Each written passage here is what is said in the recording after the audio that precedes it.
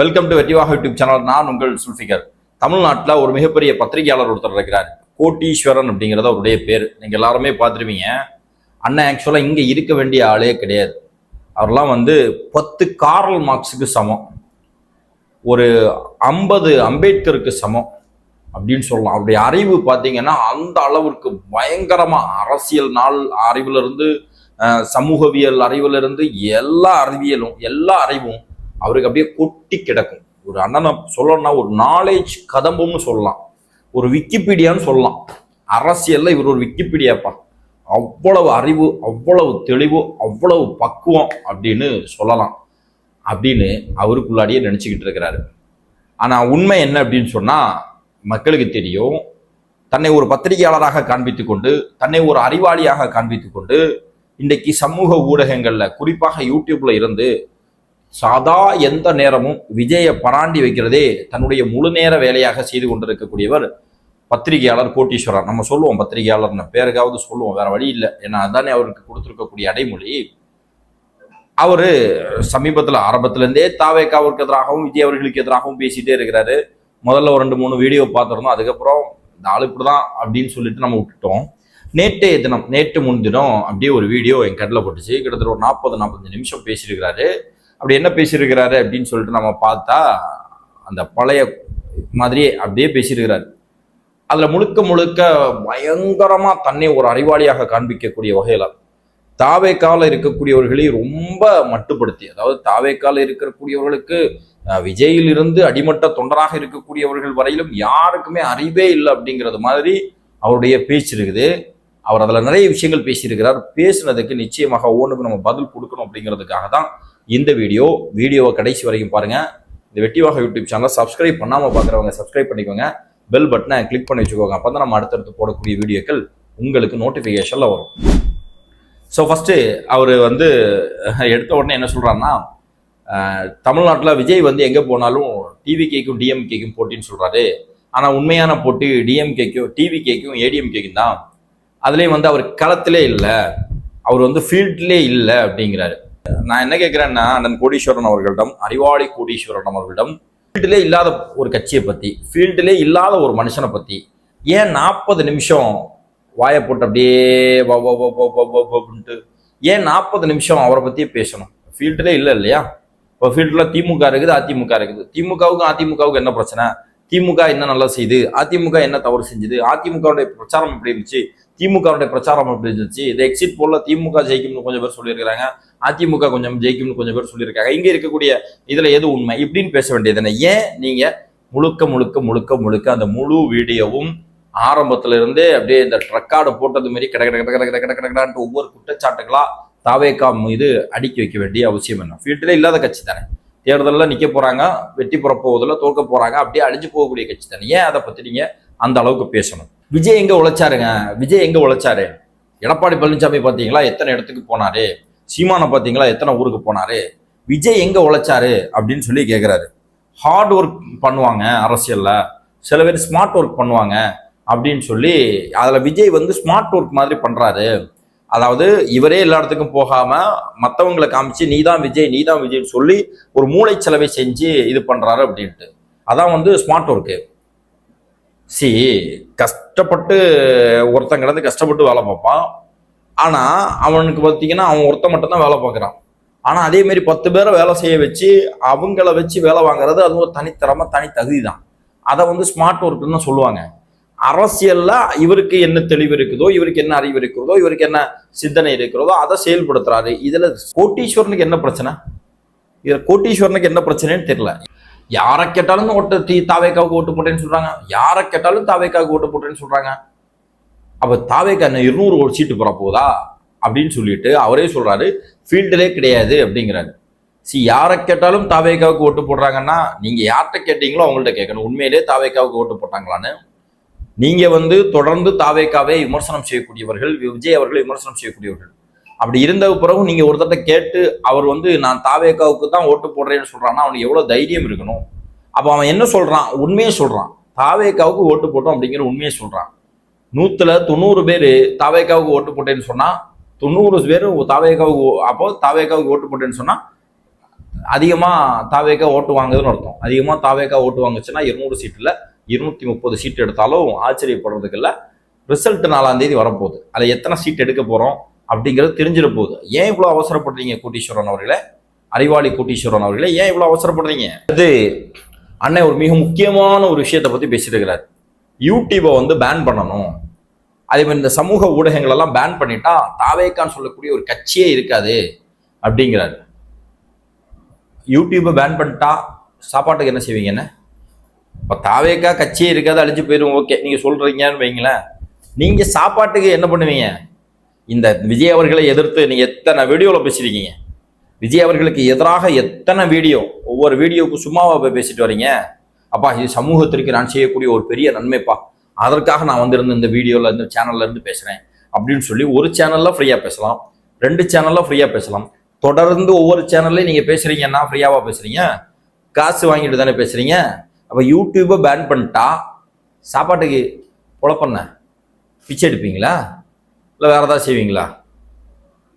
சமூக ஊடகங்களில் தாவேக்கா கொஞ்சம் ஆக்டிவாக இருக்குது, மாற்றுக்கிறது இல்லை. தாவேக்கா மட்டும்தான் ஆக்டிவாக இருக்குதா? ஒவ்வொரு கட்சியிலையும் ஐடி விங், சமூக ஊடக அணின்னு சொல்லி ஒரு அணி இருக்குது. எதுக்கு இருக்குது? தாவேக்கா 2024 ஆரம்பித்த கட்சி. அதில் வந்து அதிகமான நண்பர்கள் வந்து ஐடியில் இது சமூக ஊடகங்களில் இயங்கக்கூடியவர்கள் தாவேக்காவை சப்போர்ட் பண்ணுறான், தாவேக்காவுக்கு ஆதரவாக போஸ்ட் போடுறாங்க. ஒவ்வொரு கட்சிக்கும் ஐடி விங்னு ஒன்று இருக்குது. எதுக்கு இருக்கு? ஒரு காலகட்டத்தில் போஸ்டரில் இப்போ சோறு விளம்பரத்தில் அட்வர்டைஸ்மெண்ட் பண்ணிட்டு இருந்தாங்க. அடுத்து டெவலப் ஆகி வரும்போது அடுத்து ஃப்ளெக்ஸ் வருது. அதுக்கு பிறகு டைரக்டாக அந்த டிவி இதுலலாம் வந்து விளம்பரப்படுத்துறாங்க. அதுக்கப்புறம் இன்னைக்கு இது சமூக வலைதளங்களுடைய காலம். சாப்பிட்ட என்ன சாப்பிட்டேன், எப்போ எந்திரிச்சேன், எப்போ குளிச்சேன், எப்போ நினைச்சேன், இதை வரைக்கும் சமூக ஊடகங்களில் பரப்பிக்கிட்டு இருக்கக்கூடிய இந்த காலகட்டத்தில் ஒரு அரசியல் ரீதியாக அரசியல் சார்ந்த செய்திகளை, அரசியல் சார்ந்த விஷயங்களை, நிகழ்வுகளை சமூக ஊடகங்களில் பரப்புனா என்ன தப்பு? நீங்க சமூக ஊடகத்தை மட்டும்தான் பார்த்துட்டு இருக்கீங்க கோட்டீஸ்வரன் அவர்களே. நீங்க சமூக ஊடகத்தை மட்டும்தான் பார்த்துட்டு இருக்கீங்க. களத்துல இறங்கி பாருங்க, தாவேக்காரன் களத்துல என்ன வேலை செய்யறான் அப்படிங்கிறது உங்களுக்கு தெரியும். களத்துல என்ன செய்யறோம் அப்படிங்கறத தானே சமூக ஊடகத்துல பதிவு பண்றோம். புதுசா எதுவுமே நாங்க சொல்ல, செய்யாததே நடக்காததே பதிவு பண்ணலையா? இன்னைக்கு ஒரு இடத்துல போனோம், 4 பேருக்கு ஹெல்ப் பண்ணோம், அதை பதிவா எடுத்துக்கிறோம், போஸ்டா போடுறோம். நீங்க ஒரு இடத்துல பிரச்சாரத்துக்கு போறோம், மக்களை சந்திக்கிறோம், அவங்கள்ட்ட பேசுறோம், அதை பதிவா எடுக்கிறோம், போஸ்டா போடுறோம். இதைத்தானே செய்யறோம். இதுல என்ன நீங்க தப்பு கண்டுபிடிச்சிட்டீங்க? நீங்க சமூக ஊடகங்கள்ல விர்ச்சுவல் வாரியர்ஸ் அதிகமா இருக்கிறாங்க, அதிகமா தாவேக்காவுக்கு சப்போர்ட் பண்றாங்க. தாவேக்கா கட்சிக்காரர்களை தாண்டி பொதுவாக இருக்கக்கூடிய பொதுமக்கள் தாவேக்காவுக்கு சப்போர்ட் பண்றாங்க. இது உங்களுடைய கண்ணை உறுத்துது. அதுக்காக நீங்க யூடியூபே தடை பண்ணணும், அது 1 வருஷம் வரைக்கும் தடை பண்ணா கூட பிரச்சனை இல்லை அப்படின்னு நீங்க வருஷத்துக்கு பூவாக்கு என்ன பண்ணுவீங்க? நீங்க கோட்டீஸ்வரன் பெரிய அறிவாளி மாதிரி பேசிட்டு இருக்கீங்க. இந்த அளவுக்கு தான் உங்க அறிவு இருக்குதா? இந்த அளவுக்கு தான் உங்க அறிவு இருக்குதா? இவரெல்லாம் அறிவாளி நினைச்சு கூப்பிட்டு உட்கார வச்சு இன்டர்வியூ எடுக்கக்கூடியவங்கள்ட்ட சில கேள்விகளை கேட்கணும். இன்னொரு வீடியோவில் இன்னொரு வாய்ப்பு கிடைச்சுன்னா, சதா எந்த நேரம் பார்த்தாலும் யூடியூப்ல இருந்துகிட்டு அல்லது காலையில எந்திரிச்சா அதே மாதிரி மத்தியானம் ஆனா ராத்திரி ஆனா ஒரு 10 பேர் இருந்துகிட்டு விஜய் அவர்களுக்கு பேசிக்கிட்டே இருக்காங்க, டிவிக்கே பேசிக்கிட்டே இருக்கிறாங்க. அந்த லிஸ்ட்ல அந்த 10ல நீங்களும் ஒரு ஆளு.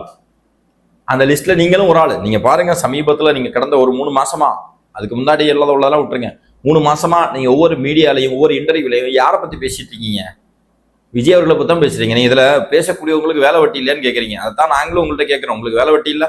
40 நிமிஷம் ஒரு யூடியூப் சேனல்ல வந்து பேசுறீங்க, தொடர்ந்து பல யூடியூப் சேனல்ல நீங்க பேசிட்டு இருக்கீங்க.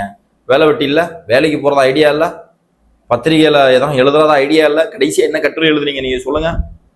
என்ன கட்டுரை நீங்க எழுதுனீங்க? அதான் எந்த நேரமும் சமூக ஊடகங்கள்ல இருந்து வேலை வெட்டி இல்லாம தாவேக்காவை கழுவி குடிச்சிட்டு இருக்கிறதே உங்க வேலை. நீங்க மற்றவர்களை பார்த்து பேசுறீங்க. இன்னைக்கு கூட பாருங்க, யூடியூப்ல தாவேக்காவுக்கு ஆதரவாக பேசுறவர்கள், வீடியோ போடுறவர்கள் இவர்களை விடவும் அதிகமாக தாவேக்காவுக்கு எதிராக பேசக்கூடியவர்கள் தான் அதிகமாக இருக்கிறாங்க. அது செய்தி ஊடகங்களாக இருந்தாலும் சரி, யூடியூப்ல இருந்தாலும் சரி, நிறைய பேர் தாவேக்காவுக்கு எதிராகத்தான் பேசிட்டு இருக்கிறாங்க. கை விரல் விட்டு எண்ணி விடலாம் தாவேக்காவுக்கு ஆதரவாக பேசக்கூடியவர்கள். எதிராக பேசக்கூடியவர்கள் தான் உங்களை மாதிரிப்பட்ட நிறைய பேர் இருந்துட்டு இருக்கிறாங்க. அவங்களுக்கும் வேலை வெட்டி இல்லை தான்.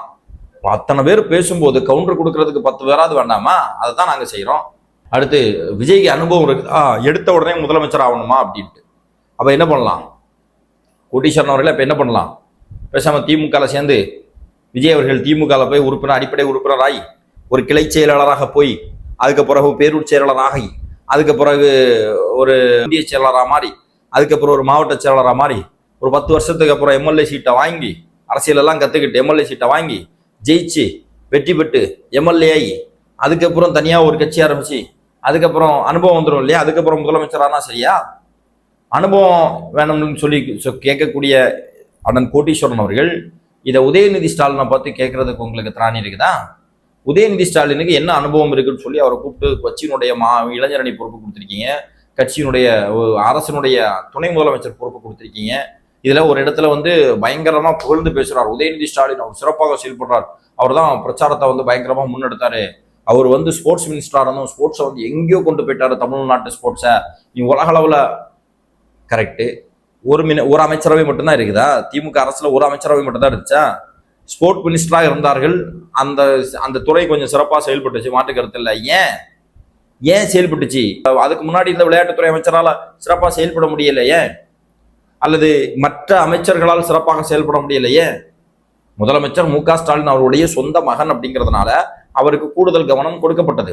அவரை அந்த அந்த துறையை கொடுத்து அந்த துறையை ஒரு வளர்ச்சி பாதையில கொண்டு போய் அது அவருடைய ரெக்கார்டு, அது அவருடைய வெற்றியினுடைய அடிப்படை, இந்த அளவுக்கு சின்சியரா வேலை பார்க்கிறாரு அப்படின்னு காமிக்கிறதுக்காகவே அந்த துறைக்கு வந்து கூடுதலாக கவனம் செலுத்தப்பட்டது. அப்படி அது முன்னேறுச்சு, கொஞ்சம் ரொம்ப இல்லை, கொஞ்சமா முன்னேறுச்சு. அதுக்கப்புறம் அப்படியே ஒரு துணை முதல்வர் ஆயிட்டாரு. அவர் துணை முதல்வர் ஆவதற்காகவே கொடுக்கப்பட்ட ஸ்கிரிப்ட் அது. அதுதான் உண்மை. இது கூட அறிவாளி கோட்டீஸ்வரனுக்கு தெரியல. அதை ஒரு பெரிய ஒரு பேசு பொருளாக கொண்டு வந்து ஒரு பெரிய ஒரு சாதனை மாதிரி பேசிட்டு இருக்கீங்கன்னா என்ன கோட்டீஸ்வரன் அவர்களே நீங்க? அடுத்து ஒரு ரிட்டையர்ட் ஜட்ஜில் இருந்து மனநல மருத்துவர்கள் எல்லாம் இன்னைக்கு வந்து பேசுறாங்க இந்த மன அழுத்தத்தை பத்தி. அதே மாதிரி அஜித் வந்து அரசியலுக்கு வரணும்னு சொல்லிட்டு போஸ்டர் ஓட்டுறாங்க அப்படின்ட்டு. அஜித் அரசியலுக்கு வரக்கூடாதுன்னு நாங்க யாரும் சொல்லலையே. அஜித் அவர்கள் யாரோ அரசியலுக்கு வராங்க, அஜித் அரசியலுக்கு வந்தா என்ன தப்பு? அஜித் அரசியலுக்கு வரட்டு, பிரச்சனை இல்லை. அஜித் அரசியலுக்கு வந்தா மட்டும் நீங்க ஆதரிக்கவா போறீங்க? அஜித் அல்ல, இனி யார் அரசியலுக்கு வந்தாலும் சரி, ஒருவேளை அப்துல் கலாமே அரசியலுக்கு வந்திருந்தாலும் நீங்க இந்த மாதிரி கழிவு ஊத்ததான் செய்வீங்க. அப்போ இதே அதிமுக ஆதரவா தானே பேசுவீங்க. நீங்க அதை தாண்டி என்ன பேச போறீங்க? யார் காசு கொடுக்கிறார்களோ, யார் தன்னை பலமாக கவனிக்கிறார்களோ அவர்களுக்காக பேசக்கூடியவர்கள். நீங்க அஜித் ஆரம்பிச்சாருன்னா, விக்ரம் ஆரம்பிச்சாருன்னா, யார் ஆரம்பிச்சாலும் நீங்க வந்து திட்டதான் போறீங்க, இதைத்தான் பேச போறீங்க. அப்புறம் புதுசா அதே மாதிரி ரிட்டையர்ட் ஜட்ஜு, ஆமா கரெக்டு. இன்னைக்கு நிறைய இளைஞர்கள், நிறைய பெண்கள், நிறைய குழந்தைகள் வந்து விஜய் அவர்களுடைய வெற்றியை எதிர்பார்த்து கொண்டிருக்கிறார்கள். நிச்சயமாக அந்த வெற்றி இல்லை அப்படின்னு சொன்னா கொஞ்சம் மன அளவுல ஒரு வருத்தம் வரும். அது யாருக்கா இருந்தாலும் வரும், திமுக காரனுக்கு வராதா? 2011 திமுக தோல்வி அடையும் போது இதே திமுகவை சேர்ந்த ஒருத்தர் தீக்குளிச்சு செத்தாரே, அது தெரியுமா உங்களுக்கு? கருணாநிதி வயசாகி செத்து போனாரு. அவர் உடல்நிலை இல்லைன்னு சொல்லிட்டு காவேரி ஹாஸ்பிட்டல் அட்மிட் ஆகும்போது திமுக தொண்டர் ஒருத்தர் தீக்குளிச்சு செத்து போனாரு. கிட்டத்தட்ட 40 பேர் ஹார்ட் அட்டாக்ல செத்து போனான். 40 பேர் ஹார்ட் அட்டாக்ல செத்து போறாங்களோ இல்லை அன்னைக்கு செத்தவங்களோ அத்தனையுமே ஒரு கணக்கில் இவங்க காமிச்சாங்களோ அது தெரியல. ஆனா அப்படி செய்தி வந்துச்சா இல்லையா? அப்போ ஒரு இழப்பு அல்லது நம்ம எதிர்பார்த்தது நடக்கல அப்படின்னா எல்லாருக்கும் மன வருத்தம் தான் வரும். அதுக்கு அவர்கள் பைத்தியம் முடிச்சு போயிடுவோம், அவர்கள் மனநல பாதிக்கப்பட்டுவார்கள் இப்படின்னு சொல்லக்கூடிய நரேட்டிவ் செட் பண்றதான் உங்களுக்கு அறிவாளித்தனமா? அதான் ஒரு பத்திரிகையாளருடைய வேலையா? இளைஞர்கள் தோல்வியை சகித்துக் கொள்ள மாட்டார்கள். எல்லா இளைஞர்களும் தோல்வியை சகித்துக் கொள்வான். நாங்க எல்லாருமே பிராக்டிக்கலா அரசியலை பாக்குறோம். நீங்க தான் ஏதோ ஒரு பயங்கரமா ஒரு பூதாகரமா பார்த்துட்டு இருக்கீங்க இந்த அரசியலை. இளைஞர்கள் எல்லாருமே இந்த அரசியல்ல வந்து வெற்றி வரும், தோல்வி வரும், எது வேணா வரும், பார்த்துக்கலாம். இந்த மாதிரி 1000 விமர்சனங்கள் வரும், விமர்சனங்களை கடந்து போகணும், விமர்சனங்களுக்கு எதிர்வினையாற்றணும், எல்லாமே எங்களுக்கு தெரியும். ஏதோ நீங்க மட்டும்தான் இங்க என்ன பிரச்சனைனா, இவ்வளவு நாளும் நீங்க ஒரு சின்ன ஒரு ஸ்டீரியோ டைப் வச்சுட்டு நீங்க அரசியல்லாம் இப்படி இருக்கணும், அப்படி இருக்கணும், நாம மட்டும் தான் இருக்கணும், இந்த ஆளு தான் இருக்கணும், இப்படிதான் இருக்கணும்னு சொல்லிட்டு ஒரு ஸ்டீரியோ டைப் வச்சிருந்தீங்க. தாவேகா விஜய் அவர்களுடைய வருகை எல்லாத்தையுமே உடைச்சு போடுது. உங்களுடைய வண்டவாளங்கள் எல்லாம் தண்டவாளத்துல ஏறும்போது அதை சகித்துக் கொள்ள முடியாததனுடைய விளைவு தான் இந்த மாதிரி ஊடகங்கள்ல, சமூக ஊடகங்கள்ல இருந்து 40 நிமிஷம் 45 நிமிஷம் தன்னுடைய வயிற்றுச்சல கொட்டிக்கிட்டு இருக்கீங்க. அதான் நிதர்சனமான உண்மை. அதே மாதிரி சோத்துல விஷம் வச்சிருவேன் அப்படின்லாம் சொல்லி கல்ச்சர் வருது, அப்படியெல்லாம் பேசுறாங்க. இதெல்லாம் ஒரு மேட்டர்னு சொல்லி எடுத்துட்டு வந்து பேசுறீங்களே. இது பொதுவாகவே வந்து டிக்டாக் இந்த மாதிரிலாம் இன்னைக்கு தான், அதாவது இப்ப விஜய் கட்சி ஆரம்பிச்சதுக்கு அப்புறம் தான் இன்ஸ்டாகிராம் ஸ்டார்ட் ஆச்சா? விஜய் அவர்கள் கட்சி ஆரம்பிச்சதுக்கு அப்புறம் தான் டிக்டாக் வந்துச்சா? இதை விடவும் மோசமா, ஆபாசமா எவ்வளவு விஷயங்கள் இந்த சமூக ஊடகங்கள்ல, இந்த சமூக மக்கள் மத்தியில தீயா பரவிட்டு இருக்குது. இந்த சமூகத்திற்கு தேவையில்லாத எத்தனையோ விஷயங்கள் இந்த சமூக ஊடகங்கள்ல பரவிட்டு இருக்கு. என்னைக்காவது அதை பத்தி நீங்க பேசியிருக்கீங்களா? நீங்க இன்னைக்கு விஜய் அவர்களுக்கு ஆதரவா சில பெண்களோ சில ஆண்களோ வீடியோ போட்டா அல்லது பேசினா அதை அவர்களையும் அவருடைய குடும்பத்தாரையும் வச்சு தரம் தாழ்ந்து விமர்சனம் பண்ணக்கூடியவர்கள் நீங்க. அதற்கு முன்பாக எத்தனை பேர் இந்த சமூக ஊடகங்கள்ல தன்னை பிரபலப்படுத்தணும் அப்படிங்கிறதுக்காக பைத்தியம் மாதிரிப்பட்ட வேலைகள் எல்லாம் காமிச்சவன் எத்தனை பேர் இருக்கான். ஆபாசங்களை காமிச்சு இந்த சமூக ஊடகங்கள்ல தன்னை பிரபலப்படுத்தி கொண்டவர்கள் எத்தனையோ பேர் இருக்கிறாங்க. அவங்களெல்லாம் பார்த்து வராத கோபம் உங்களுக்கு இந்த இருக்கக்கூடிய இளைஞர்கள் அரசியல் களத்துல வந்துகிட்டு நான் இந்த அரசியல் களத்துல நிக்கிறேன் இப்படின்னு சொல்லி பேசுறது, இதுல ஏதாவது அவங்க ஒரு சின்னதா ஒரு ஃபன்னு பண்றது, அது உங்களுக்கு கோபத்தை வருதா? இதனால உங்களுக்கு கலாச்சாரம் கெட்டு போயிருதா? என்ன கலாச்சாரம் உங்களுக்கு இருக்குது? என்ன கலாச்சாரம்? பிரியாணி சாப்பிட்டுட்டு காசு கொடுக்காம மூக்குல குத்துவான், அது உங்களுக்கு கலாச்சாரமா? இங்க என்ன பிரச்சனைனா, ஏன் இந்த இளைஞர்கள் சமூக ஊடகங்கள்ல செய்திகளை போடுறாங்க, தன்னை பிரபலப்படுத்திக் கொள்கிறார்கள், ஏன் இதை பண்றாங்க அப்படின்னா, இவ்வளவு நாளும் ஒரு அரசியல் இருந்துச்சு. இப்போ திமுக காரர் இருப்பான், அதிமுக காரர் இருப்பான், அவன்லாம் தன்னை ஒரு அரசியல்வாதின்னு சொல்லிட்டு பயங்கரமா கத்து காமிச்சு அப்படியே புல்லட்ல போயிடுவான், அப்படியே RX 100ல போயிடுவான், அப்படியே ஒயிட் அண்ட் ஒயிட் ஷர்ட் போட்டுருவான், அப்படியே பயங்கரமா பந்தா காமிச்சு அதெல்லாம் பண்ணிட்டு இருந்தாங்க. இளைஞர்கள் தனக்கும் அரசியலுக்கும் ரொம்ப தூரம், நம்ம உண்டு நம்ம வேலை உண்டுன்னு சொல்லிட்டு ஒதுங்கி இருந்தாங்க.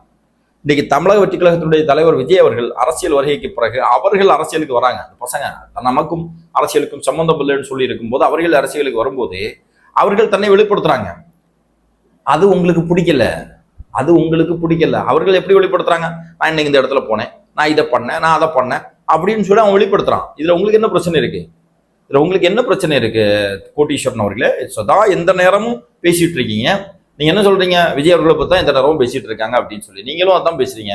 நான் கேட்கறேன், நீங்க கொள்கையை பேசுறீங்க, கோட்பாடுகளை பத்தி பேசுறீங்க.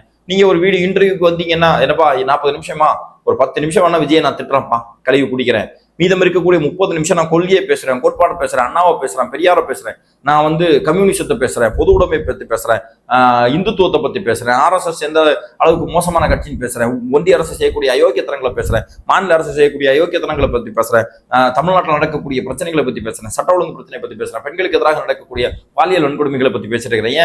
நீங்க இந்த நேற்றுக்கு வீடியோ போட்டு பேசிட்டு இருக்கீங்க, நீங்க 40 நிமிஷம் பேசிட்டு இருக்கீங்க.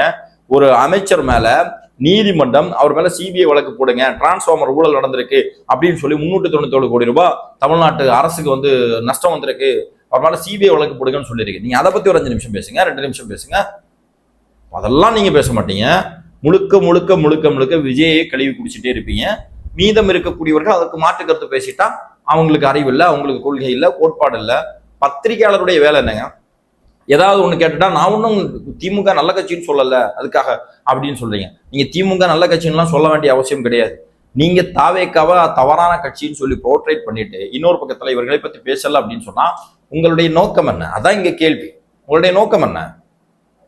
உங்களை ஒரு பத்திரிகையாளர் அப்படிங்கிற அடிப்படையில் தான் நம்ம இந்த கேள்வி கேட்கிறோம். நீங்க இது செந்தில்வேல் மாதிரியோ ஜீவசகாப்தம் மாதிரியோ பத்திரிகையாளர் அப்படிங்கிற போர்வையில் இருக்கக்கூடிய முழுக்க திமுகவுடைய கொத்தடிமையாக இருந்தா நாங்க கேட்கிற விதமே வேற மாதிரி இருக்கும். ஆனா நீங்கள் தன்னை ஒரு பத்திரிகையாளர் சொல்லிட்டு இருக்கீங்க. சரி, பத்திரிகையாளராக தான் இருப்பாரு அப்படின்னு நினைச்சுக்கிட்டு இருக்கிறோம். ஆனா அப்பப்போ நாம் தமிழர் கட்சிக்கு ஆதரவா பேசிட்டு இருக்கீங்க. நாம் தமிழர் விஜய் சீமான் மாற்றத்தை பத்தி பேசுறாரு, அவர் பேசக்கூடிய மாற்றத்தினுடைய கொள்கையை பத்தி பாத்தீங்களா, அவருக்கு ஆதரவு கொடுத்தீங்களாங்கிறீங்க. அவர் எங்க மாற்றத்தை பத்தி பேசுறாரு? தமிழ் வழி கல்வியை பத்தி பேசிக்கிட்டே தன்னுடைய மகனை கொண்டு போய் அமெரிக்கன் இன்டர்நேஷனல் ஸ்கூல்ல பத்தி சேர்த்து விட்டுருக்கிறாரு. இது மாற்றமான்னு கேட்கிறோம். தமிழ்நாட்டில் இருந்துகிட்டு பெரியாருக்கு எதிராக பேசிட்டு இருக்கிறாரு, RSS நிகழ்ச்சிகளுக்கு போய் கலந்துட்டு வராரு. இது மாற்றமா? அப்போ கோட்டீஸ்வரனுக்கு வேற யார் செய்யக்கூடிய தவறுகளும் பிரச்சனை இல்லை. விஜய் தாவேக்கா இவர்கள் செய்யக்கூடிய தவறு பிரச்சனை. இன்னொரு இடத்துல பேசுறீங்க கூட்ட மனப்பான்மை, இன்னும் கூட்டத்தை சேர்த்து அந்த மாதிரி பண்ணிட்டு இருக்கிறாரு. அரசியல் அப்படின்னு சொன்னாலே கூட்டம் தானே. திமுக காசு கொடுத்து கூட்டிட்டு வருது, அதிமுக காசு கொடுத்து சாப்பாடு கொடுத்து பிரியாணி கொடுத்து கோட்டரை கொடுத்து கோழி பிரியாணி கொடுத்து கூட்டு வராங்க. இதெல்லாம் உங்களுக்கு பிரச்சனையா தெரியலையா? விஜய் அவர்கள் ஒரு அரசியல் கட்சியும் தொடங்கி இருக்கிறார், ஒரு நடிகராகவும் இருக்கிறார், ஒரு பார்க்கணுங்கிற ஆர்வம் இருக்குது, அவர் ஒரு நிகழ்ச்சிக்கு வராரு, அதிகமா கூட்டம் கொடுது. அவர் ஒரு பக்கத்துல கூட்டம் ஒரு வாராரு, கூட்டத்தை கூட்டுறாரு, அதனால இஷ்யூ ஆகுதுன்னு சொல்லக்கூடிய அதே வாய் தான் கோட்டீஸ்வரனுடைய அதே வாய் தான் இன்னொரு இடத்துல பேசிட்டு அவர் வெளியே வர மாட்டேங்கிறாரு, மக்களை சந்திக்க மாட்டேங்கிறார், மக்களோட போய் நிற்க மாட்டேங்கிறார் அப்படின்ட்டு. இதை என்ன புரியல. உங்களுடைய நோக்கம் என்ன? இப்படி ஒரு உருட்டு, இப்படி ஒரு உருட்டு, இப்படி நான் இப்படி பண்ணாலும் தப்புன்னு சொல்றது, அப்படி பண்ணாலும் தப்புன்னு சொல்றது. என்ன கோட்டீஸ்வரன் அவர்களே, இதை நான் கேட்கறதுனால உங்களுக்கு எந்த மன கஷ்டமும் இல்லையே. நீங்க மன கஷ்டப்பட்டாலும் எனக்கு ஒன்றும் பிரச்சனையும் கிடையாது. ஏன்னா உங்களை மாதிரி ஆட்களிடம் கேள்வி கேட்க வேண்டிய பொறுப்பும் கடமை எங்களுக்கு இருக்கு. நாங்க கேட்கல அப்படின்னு சொன்னா நீங்க இந்த மக்களை எந்த அளவுக்கு ஏமாத்திட்டு இருப்பீங்க, இத்தனை காலம் இந்த மக்களை எவ்வளவு ஏமாத்திட்டு இருக்கீங்க அப்படிங்கிறது தான் இன்னைக்கு நமக்கு வெட்ட வெளிச்சமா புரிதல் வருது.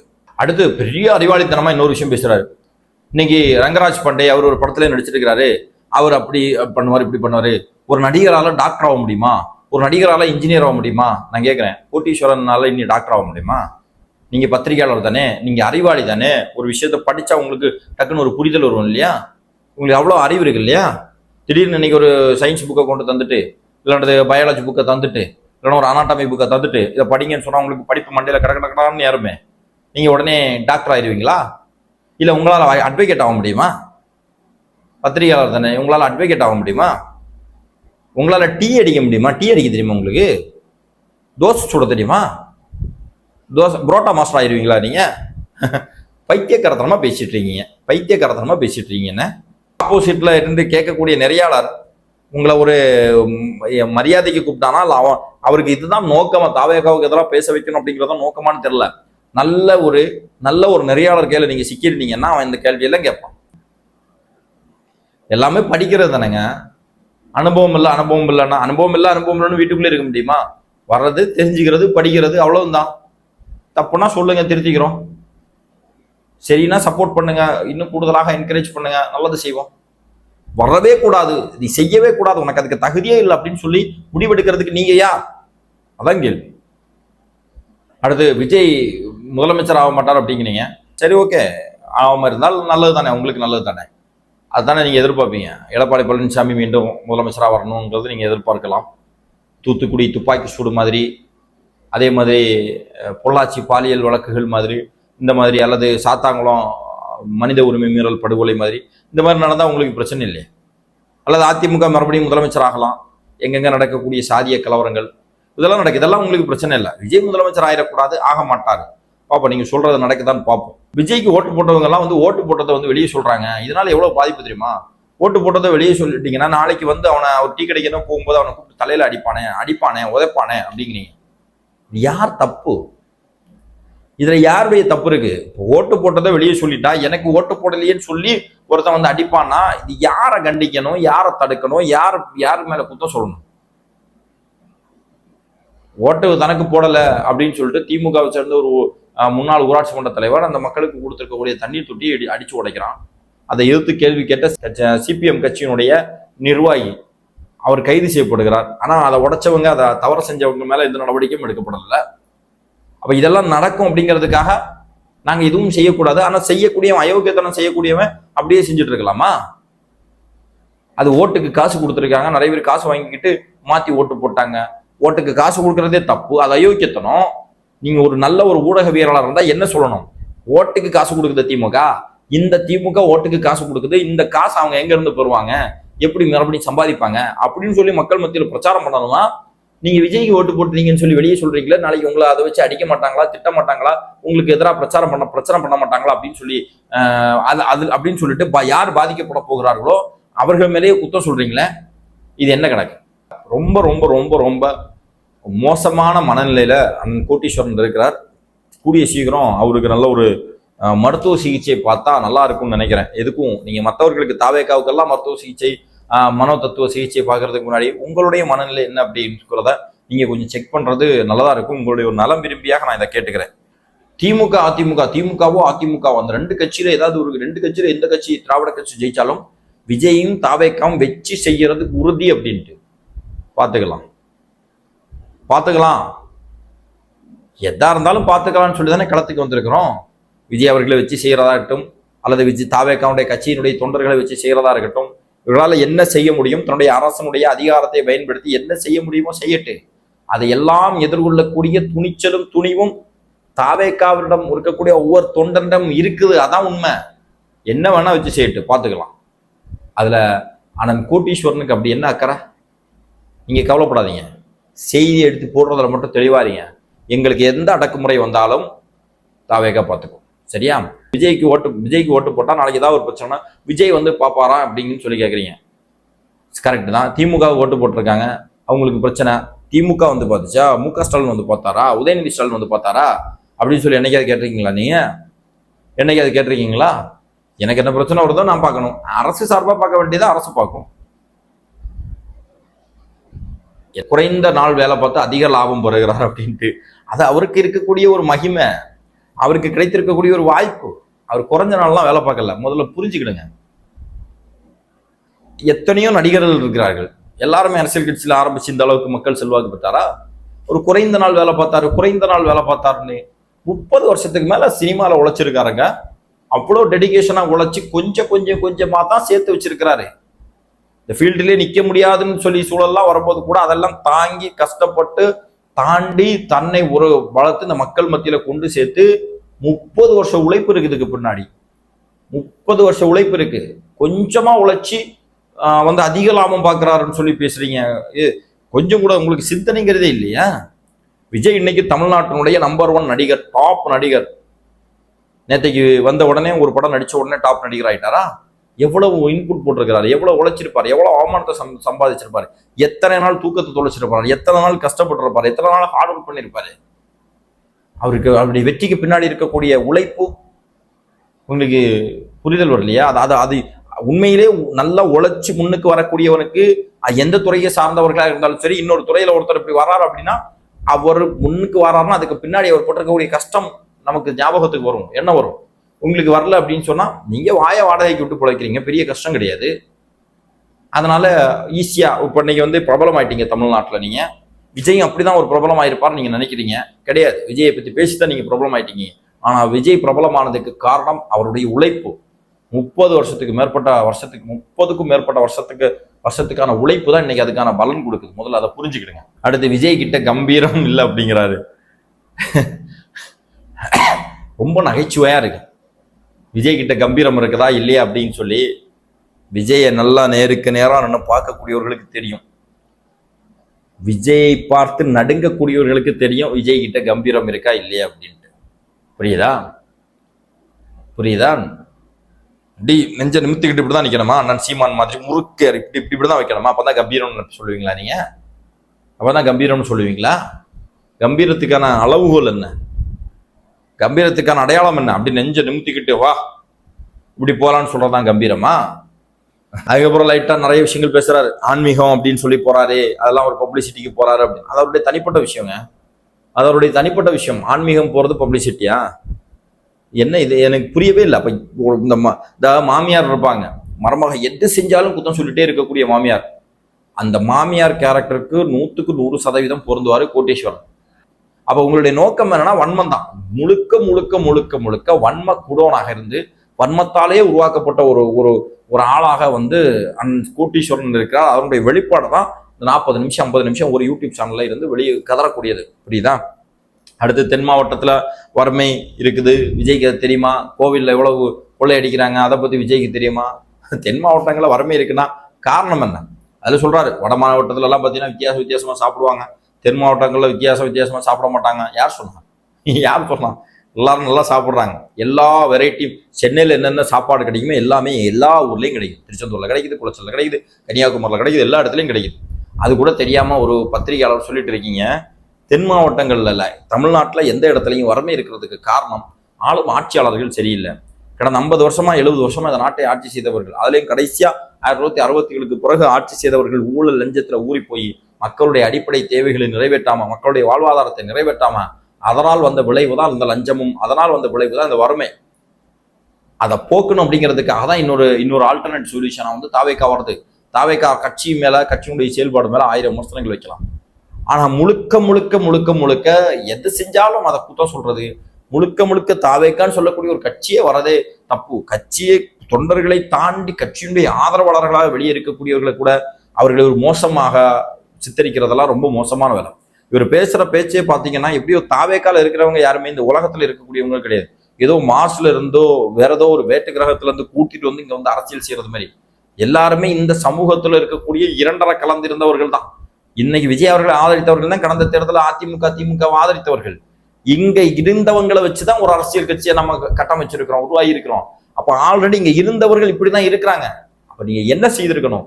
கேள்வி கேட்க வேண்டிய இடத்துல யார்கிட்ட கேள்வி கேட்டிருக்கணும்? திமுகவை பார்த்து கேட்கணும். இந்த 50 வருஷம் இந்த நாட்டை ஆட்சி செய்தவர்களை பார்த்து கேட்கணும். ஏன் இந்த இளைஞர்களுக்கு அரசியல் தெளிவா போய் சேரல? ஏன் இளைஞர்களுக்கு அரசியல் புரிதல் இல்லை? கல்லூரியில பள்ளிக்கூடங்கள்ல அரசியல் வகுப்புகள் ஏன் எடுக்கல? கல்லூரிகள்ல இந்த மாணவர் பேரவை தேர்தல்னு ஒண்ணு இருக்கு, அது வச்சாங்கன்னு சொன்னா கல்லூரி பருவத்திலேயே மாணவர்கள் மிகப்பெரிய அளவுல அரசியல் மயமாக்கப்படுவார்கள். ஏன் அதை திமுக செய்யல? திமுக செஞ்சதுன்னா திமுகவுக்கு தெரியும். ஏற்கனவே மாணவர் புரட்சியின் காரணமா தான் காங்கிரஸ் வீழ்த்தப்பட்டு திமுக வெற்றி பெற்றது. மீண்டும் இந்த இளைஞர்களுக்கு மாணவர்களுக்கு அரசியல் போச்சுன்னு சொன்னா, அவர்கள் அரசியல் தெளிவடைந்தார்கள் சொன்னா, அதன் மூலம் திமுகவுக்கு மிகப்பெரிய ஆபத்துன்னு தெரிஞ்சுதான் அந்த மாதிரி மாணவர்களுக்கும் இளைஞர்களுக்கும் அரசியலை கொண்டு சேர்க்காம இவர்கள் காலம் கடத்தி வந்தார்கள். 50 வயசுல இளைஞர் அணி செயலாளராக போடுவார் திமுகல. ஆனா இன்னைக்கு இளைஞர்கள் ஒரு 30 வயசுல மாவட்ட செயலராக ஆகிறான், 25 வயசுல மாவட்ட செயலராக ஆகிறான், மாநில பொறுப்புக்கு வரான், கட்சியை நடத்துறான், அரசியல் நடத்துறான், கேண்டிடேட்டா நிக்கிறாங்கன்னு சொல்லும் போது மிகப்பெரிய வைத்தறிச்சல் வருது. திமுகவுக்கு வரும், ஏன்னா அவனுடைய இருப்பு கேள்விக்குறியாகுது. அதிமுகவுக்கு வரும், அவனுடைய இருப்பு கேள்விக்குறியாகுது. ஆனா கோட்டீஸ்வரன் மாதிரியான பத்திரிகையாளருக்கு வர்றதுனா காரணம் என்ன? இவர்களை நம்பி அண்டி பொழைச்சிட்டு இருக்கக்கூடிய உங்களுடைய பொழப்புல மண்ணள்ளி போட்டாங்களேங்கிற வைத்தறிச்சல் மட்டும்தான் காரணமே தவிர வேற எதுவும் காரணம் கிடையாது. அன்பார்ந்தவர்களே, இன்னும் நிறைய விஷயங்கள் பேச இருக்கணும், நிறைய மேட்டர் பேச இருக்கிறாரு. நமக்கு டைம் இல்லை, ஒரு குறிப்பிட்ட டைமுக்கு முன்னாடி மேலே இதை கொண்டு போக முடியாது. இன்னொரு தலைப்பில் நிச்சயமாக இன்னொரு வீடியோவில் பதில் கொடுப்போம். இந்த வீடியோ உங்களோட நண்பர்களுக்கு ஷேர் பண்ணுங்க. இந்த வீடியோவில் உங்களுடைய கருத்துக்கள், ஒவ்வொருவரும் பார்க்கக்கூடிய நபர்கள் ஒவ்வொருவரும் உங்களுடைய கருத்துக்களை கண்டிப்பாக பதிவிடுங்கள். இன்னொரு வீடியோவில் இன்னொரு தலைப்பில் சந்திப்போம். நன்றி.